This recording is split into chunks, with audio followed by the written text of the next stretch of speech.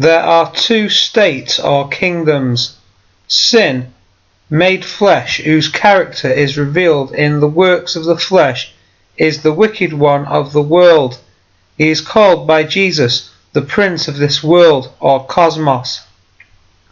Rendered world in this phrase signifies that order of things constituted upon the basis of sin in the flesh and called the kingdom of Satan. Matthew chapter 12 and verse 26, as opposed to the kingdom of God, which is to be established upon the foundation of the Word made flesh, obedient unto death. Incarnated sin and incarnated obedience are the basis of the two hostile kingdoms of God and of the adversary. The world is Satan's kingdom, and therefore it is that the saints, or the people of God, both natural and spiritual Israel, are a despised and persecuted community. See Romans chapter 2 and verse 28 and 29, and Romans chapter 9 verses 6 and 7. The Gospel of John chapter 1 and verse 47. Satan's kingdom is the kingdom of sin. It is a kingdom in which sin reigns in the mortal body, and thus has dominion over men.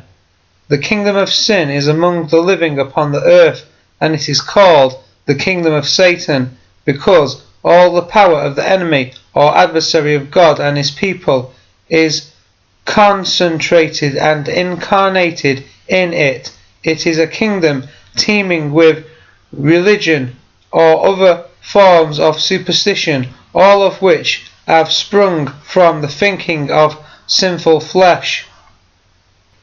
The kingdom of Satan is manifested under various phases. When the Word was embodied in sinful flesh and dwelt among the Jews, the cosmos was constituted of the Roman world, which was then based upon the institution of paganism. After these were suppressed, the kingdom of the adversary assumed the Gothic dominion, which was subsequently changed in the West to the papal and Protestant order of things, and in the East to Islam.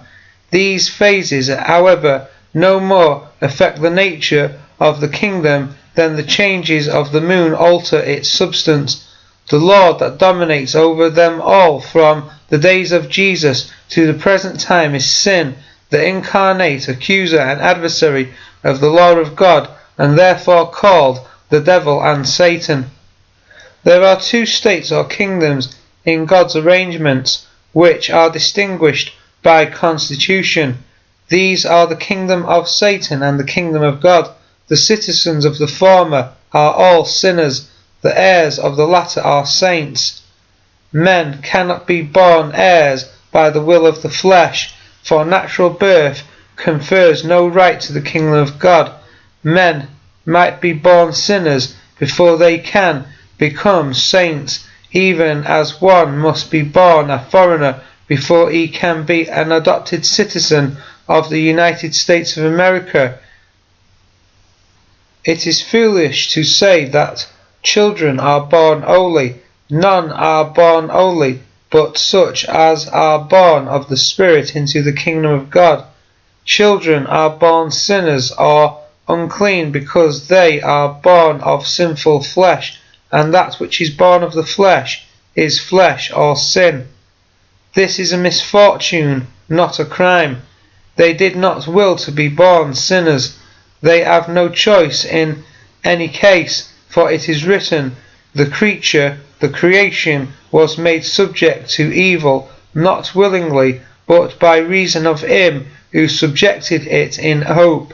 Romans chapter 8 and verse 20. Hence, the apostle says, by Adam's disobedience the many were made sinners. Romans chapter 5 and verse 19. That is, they were endowed with a nature like his, which had become unclean as the result of disobedience, and by the constitution of the economy into which they were introduced by the will of the flesh, they were constituted transgressors before they were able to discern between right and wrong. This is the constituted order of things.